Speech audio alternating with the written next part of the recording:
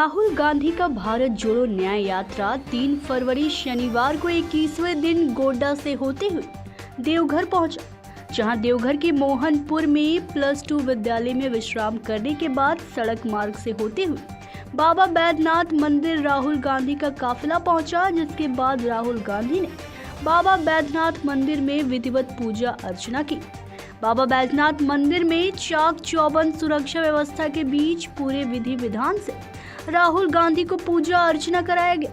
पूजा अर्चना करने के बाद राहुल गांधी रोड शो करते हुए बाबा बैद्यनाथ मंदिर से टावर चौक होते हुए देवघर के VIP चौक पहुंचे। इस बीच सैकड़ों की संख्या में सड़क किनारे कांग्रेस के कार्यकर्ता आम जनता खड़े होकर उनका स्वागत किया।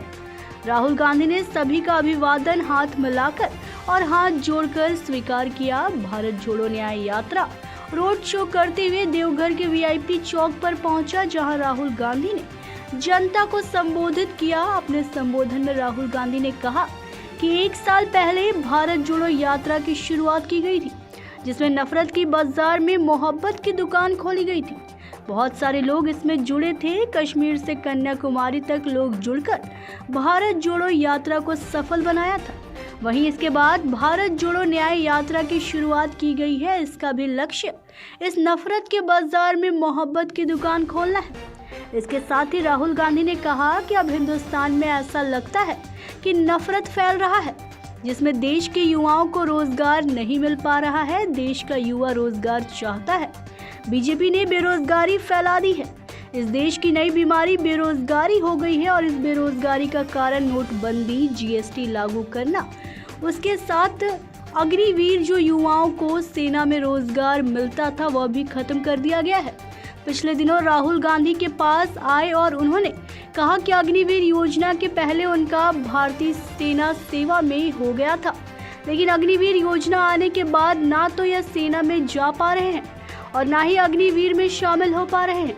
ऐसे में लगभग 1,50,000 युवा को सेना में भर्ती नहीं लिया जा रहा है। उसको लेकर भी न्याय यात्रा निकाली गई है। जब तक उन लोगों को न्याय नहीं मिलती यह यात्रा जारी रहेगी। यह सारी बातें आर्थिक हुई, अब सामाजिक बातें भी होनी चाहिए, जिसमें हिंदुस्तान के अलग अलग जाति के लोग रहते हैं, जिसमें OBC, SC, ST, दलित, पिछड़ा, आदिवासी हैं। कोई नहीं जानता कि इस देश में दलित, पिछड़े, आदिवासी की संख्या कितनी है, लेकिन सभी यह जानते हैं कि देश में सबसे अधिक दलित, पिछड़े और आदिवासी की संख्या है। बड़े बड़े 500 कंपनियों में दलित की संख्या 0 है, पिछड़े की संख्या 0 है, आदिवासी की संख्या 0 है। ऐसे में दलित, पिछड़े, आदिवासी के लिए न्याय दिलाने की बारी है, जिसको लेकर जाति जनगणना बेहद आवश्यक है। जाति जनगणना हिंदुस्तान का एक्सरे का काम करेगी। यही पहला कदम न्याय का होगा। इधर मोदी सरकार कहते हैं कि देश में सिर्फ 2 जात है, अमीर और गरीब जात। ऐसे में वह OBC में कैसे आ गए? देश को जोड़ना, नफरत का बाजार बंद करना ही इस न्याय यात्रा का लक्ष्य है। देवघर से अरविंद यादव की रिपोर्ट। यहाँ पे बेरोजगारी की बीमारी है, ये देखो, जहां भी हम जाते हैं एक नई बीमारी चली है, बेरोजगारी की बीमारी। वो हिंदुस्तान के युवाओं को लगती है और उनके भविष्य को खत्म कर देती है, नष्ट कर देती है। ये बीमारी कैसे आई मैं आपको बता देता हूं। नरेंद्र मोदी ने नोटबंदी की, GST लागू की और जो छोटे व्यापारी हैं, छोटा बिजनेस चलाते हैं, छोटे कार्यक्रम, अग्निवीर, देखो ये बोला बिल्कुल सही। तो जो युवाओं को सेना में रोजगार मिलता था उसको भी अग्निवीर ने खत्म कर दिया। और भाइयों और बहनों, एक और बात मैं आपको बताना चाहता हूं। जो आपने अग्निवीर की बात छेड़ी, मेरे पास मुझे कहते हैं राहुल जी, हमने 5 साल सेना में जाने की प्रैक्टिस की, रनिंग की, वर्जिश की, हमें सेना में एक्सेप्ट कर लिया गया। हमारा जो सपना पूरा था, हमारा जो सपना था उसको पूरा कर दिया। और फिर 3 साल बाद हमें कहते हैं टाल टाल कर कहते हैं तुम्हें सेना में नहीं लिया जाएगा, क्योंकि अब अग्निवीर लागू हो गया है। ना तुम इधर के ना तुम उधर के 1,50,000 युवाओं को पहले आर्मी में लिया और फिर आर्मी से निकाल दिया और उनको कहा कि तुम्हें सेना में नहीं लिया जाएगा और तुम्हें अग्निवीर में भी नहीं लिया जाएगा। और आज 1,50,000 युवा भटक रहे हैं, जंतर मंतर में बैठे हैं, क्योंकि उनके हाथों से सरकार ने रोजगार छीना है। और मैंने उनसे कहा है कि कांग्रेस पार्टी उनके साथ खड़े होकर उनको न्याय दिलवाएगी और उनका जो हक बनता है उनके हवाले उसको करेगी। भाइयों और बहनों,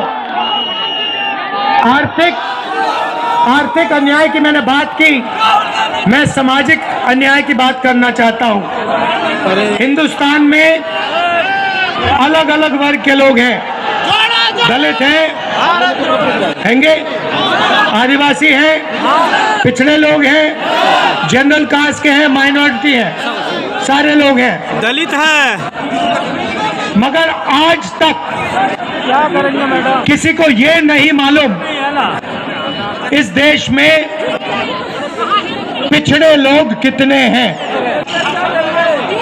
बोलो, जोर से बोलो।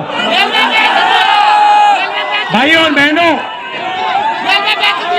मैं आपसे पूछता हूं, देश में पिछड़े लोग कितने हैं? कोई जानता है?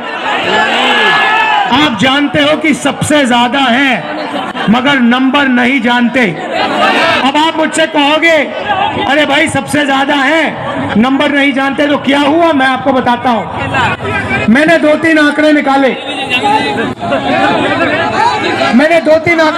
टाइम की सबसे बड़ी 500 कंपनियों में दलित कितने हैं, आदिवासी कितने हैं? ये बोली बात। दलित कितने? 0। आदिवासी कितने? 0। पिछड़े कितने? 0, एक भी नहीं। फिर मैंने पता लगाया, जो बजट को बांटते हैं 90 अफसर हैं, हिंदुस्तान की सरकार को चलाते हैं, दिल्ली में बैठते हैं। मैंने पता लगाया, इसमें दलित आदिवासी पिछड़े कितने? पता लगा 4 को। 90 में से 3 आदिवासी, 90 में से 3 पिछड़े, 3 दलित, 1 आदिवासी। तो आदिवासियों के खिलाफ, दलितों के खिलाफ, पिछड़ों के खिलाफ दबाकर इस देश में अन्याय हो रहा है। और मैंने कहा कि जैसे किसी की टांग टूटती है तो पहला काम क्या होता है? डॉक्टर के पास जाते हैं ना, पहला काम क्या होता है? आप कहते हो भैया डॉक्टर साहब एक्सरे कराओ, पता लगाना क्या टूटा। सही बात? तो मैंने यही कहा है, पहले पैसा मांगता है। हमारी सरकार, देखिए, हमारी सरकार की कोशिश होगी, जैसे हमने राजस्थान में किया, स्वास्थ्य हमने पूरा का पूरा फ्री कर दिया, दवाई फ्री कर दी, अस्पताल फ्री कर दिया। दिल्ली में सरकार आएगी तो हमारी ये कोशिश होगी कि आप हमें ये ना कह पाओ। मगर मैं जाति जनगणना की बात कर रहा हूं, हम जाति जनगणना की बात कर रहा हूं। मैंने कहा कि जैसे किसी को चोट लगती है तो एक्सरे होता है, वैसे ही हिंदुस्तान का एक्सरे होना चाहिए, जाति जनगणना होनी चाहिए, पता लगाना चाहिए इस देश में दलित कितने, आदिवासी कितने, पिछड़े कितने, माइनॉरिटी कितने, जनरल कितने। वही पहला कदम है न्याय देने का। अगर हमने मालूम ही नहीं कि आदिवासी कितने, पिछड़े लोग कितने, तो न्याय की कैसे बात हो सकती है? जैसे ही मैंने जाति जनगणना की बात की, वैसे ही नरेंद्र मोदी कहते हैं देश में कोई जात नहीं है, देश में सिर्फ जो जात है, एक गरीब, एक अमीर। उससे पहले हर भाषण में नरेंद्र मोदी कहते थे मैं ओबीसी हूं, मैं ओबीसी हूं, मैं ओबीसी हूं। एक भारत चाहिए। मैंने जाति जनगणना की बात उठाई, नरेंद्र मोदी कहते हैं देश में कोई ओबीसी नहीं, कोई दलित नहीं, कोई आदिवासी नहीं, देश में सिर्फ 2 जात, एक अमीर और गरीब। अगर 2 जात है नरेंद्र मोदी जी, तो आप ओबीसी कहां के? आप ओबीसी कैसे बन गए?